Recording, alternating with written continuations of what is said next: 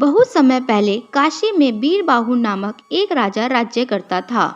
वह बहुत ही न्यायप्रिय और दयालु था। वह अपनी प्रजा का बहुत ध्यान रखता था। दूसरी ओर राजा बीरबाहु की पत्नी कुंती बहुत ही सुंदर थी। उसे अपनी सुंदरता पर बहुत घमंड था। वह कभी किसी से सीधे मुंह बात नहीं करती थी। एक बार सर्दियों में रानी अपनी कुछ सेविकाओं को लेकर नदी में स्नान करने गई। स्नान करते लौटते समय रानी का शरीर ठंड से कांपने लगा और हाथ पैर अकड़ने लगे। तभी रानी को रास्ते में एक झोपड़ी दिखाई दी। झोपड़ी देखकर रानी ने अपनी सेविकाओं को झोपड़ी जलाने का आदेश दिया। तब एक सेविका बोली, महारानी, गुस्ताखी माफ हो। ये झोपड़ी किसी गरीब की होगी, इसे जलाना ठीक नहीं होगा। इस पर महारानी तुनक कर बोली, अरे घास फूस की ही तो झोपड़ी है, हम नई झोपड़ी बनवा देंगे। तुम अभी तुरंत इस झोपड़ी में आग लगा दो।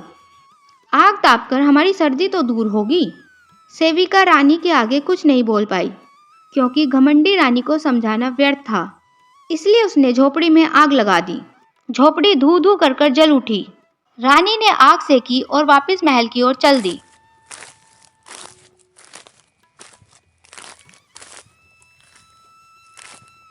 शाम को जब उस झोपड़ी का मालिक गरीब ब्राह्मण लौटकर आया तो अपनी जली झोपड़ी देखकर बहुत दुखी हो गया। उसे आसपास के लोगों से पता चला कि रानी ने आग सेकने के लिए उसकी झोपड़ी जला डाली। इस पर वह तुरंत अपनी फरियाद लेकर राजा के पास गया। उसने राजा को अपनी पूरी व्यथा सुना डाली। ब्राह्मण की व्यथा सुनकर राजा को बहुत दुख हुआ। राजा ने तुरंत रानी को बुलाया और कहा, महारानी, आपने अपने थोड़े से सुख के लिए एक गरीब की झोपड़ी जला डाली। क्या आपको ये सब शोभा देता है? यह सुनकर रानी कुंती बोली, अरे घास फूस की तो झोपड़ी थी, कोई महल नहीं था। आप उसके लिए इतनी हाय तौबा मचा रहे हैं। मुझे ठंड लग रही थी तो आग सेकने के लिए जला डाली, नहीं बनवा दूंगी।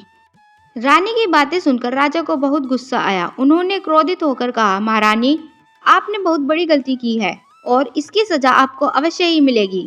आपको इस गरीब ब्राह्मण की झोपड़ी फिर से बनानी होगी, और वह भी स्वयं मेहनत करके। जब तक आप गरीब की झोपड़ी नहीं बना लेंगी, तब तक आप इस महल में नहीं आ सकती। यह सुनकर रानी का चेहरा एकदम फीका पड़ गया।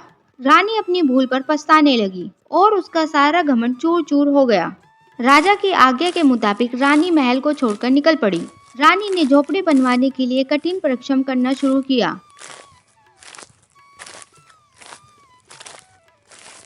रानी रोज जंगल से लकड़ियां बीन कर लाती, फिर उन्हें बेच देती। इससे जो पैसा मिलता उनमें से वह आधा पैसा बचाती और आधा पैसा अपने ऊपर खर्च करती।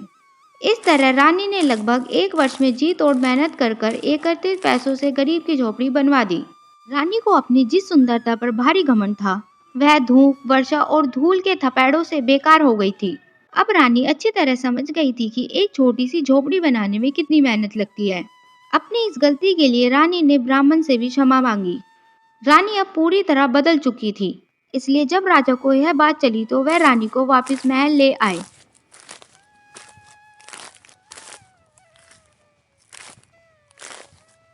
तो दोस्तों, इस कहानी से हमें शिक्षा मिलती है, हमें घमंड नहीं करना चाहिए। दोस्तों, अगर आपको हमारी कहानी अच्छी लगे तो हमारे चैनल को लाइक कीजिए, शेयर कीजिए और सब्सक्राइब कीजिए।